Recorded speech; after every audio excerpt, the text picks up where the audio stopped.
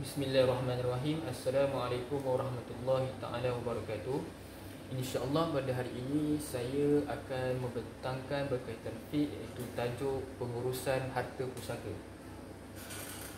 Saya akan membahaskan berkaitan konsep pengurusan harta pusaka dan juga sumber-sumber ataupun dalil berkaitan harta pusaka.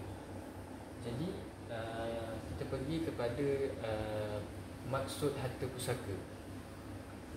Pusaka ataupun dalam bahasa Arab kita sebut sebagai al-miras. Dari segi bahasa bermaksud kekal, perpindahan sesuatu daripada seseorang kepada seseorang yang lain. Maksudnya kat sini pemindahan milik harta tu daripada seorang kepada seseorang yang lain. Lepas tu al-miras pada mana isim maf'ulnya pula bermaksud aslu ataupun baqi. Manakala dari segi istilahnya pula pusaka ni bermaksud sesuatu yang ditinggalkan oleh si mati daripada harta benda dan hak-hak yang akan diwarisi oleh ahli-ahli waris disebabkan kematian pewarisnya.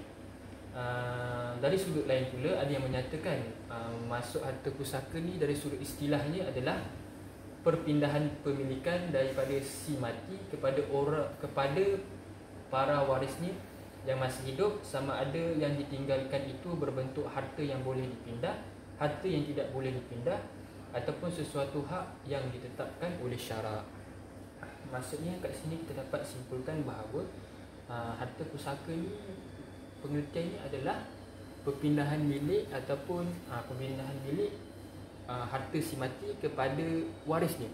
Warisnya ni sama ada isteri dia, anak-anak dia, ibu bapa dia ataupun kaum kerabat dia, sama ada milik ataupun harta yang diwariskan itu, yang ditinggalkan itu berbentuk harta yang boleh dipindah. Harta yang boleh dipindah ni macam duit,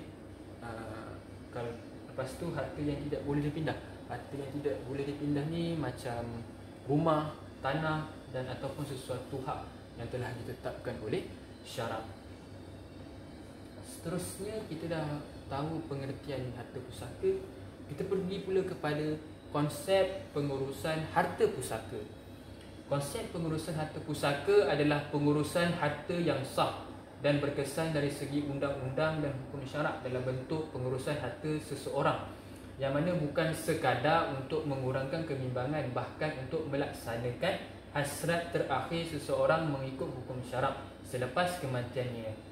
Di dalam Islam terdapat suatu kaedah pembahagian harta pusaka, iaitu yang dinamakan sebagai faraid. Maksudnya di sini, konsep pengurusan harta pusaka ni kita aplikasikan adalah untuk memenuhi hasrat si mati, yang mana dia mengharapkan pengagihan hartanya dilakukan secara adil. Okey, bila kita sebut pengagihan harta pusaka ni, ada satu kaedah yang kita gunakan dalam Islam, iaitu kaedah apa? Kaedah faraid. Jadi kalau kita nak tahu macam mana penggunaan kaedah tu, kita kena kenal dulu apakah dia maksud faraid. Okey, faraid. Maksud faraid adalah ilmu berkenaan kaedah-kaedah yang telah ditetapkan oleh hukum syarak tentang pembahagian harta pusaka selepas kematian seseorang Islam dan habuan yang bakal diterima oleh waris-waris yang sah dan layak seperti anak, isteri, suami, ibu bapa dan lain-lain.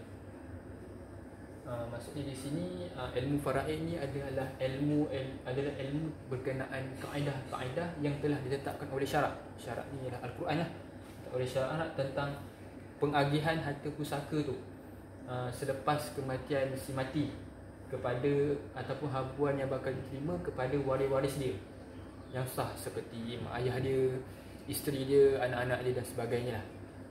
Seterusnya adalah berkaitan sumber-sumber dalil ataupun dalil yang mensyariatkan berkaitan pengurusan harta pusaka ni.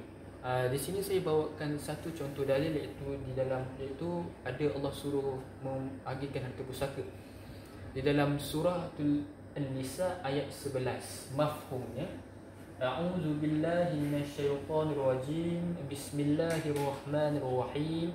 Yusikumullahu fi auladikum lidzakari mislu hazzil unsayn fa in kunna nisaan fawqa isnatayn falahunna sulasa ma tarak wa in kanat wahidatan falaha nisf wa li abawayhi likulli wahidin minhuma as-sudusu mimma taraka in kana lahu walad fa in lam yakul lahu waladun wa warithahu abawahu fali ummihi as-sulus fa in kana lahu ikhwatun fali ummihi as-sulus min ba'di wasiyatin yusi biha aw dayn aba'ukum wa abna'ukum la tadruna ayyuhum aqrabu lakum naf'a faridatan min Allah innallaha kana aliman hakima. Sadaqallahul azim. Di dalam ayat ini Allah telah mensyariatkan kaedah-kaedah pembahagian harta pusaka. Itu dalam surah An-Nisa ayat 11. Apa yang Allah gariskan dalam ayat ini adalah yang pertama, jika si mati itu mempunyai seorang anak lelaki, maka pengagihan harta itu adalah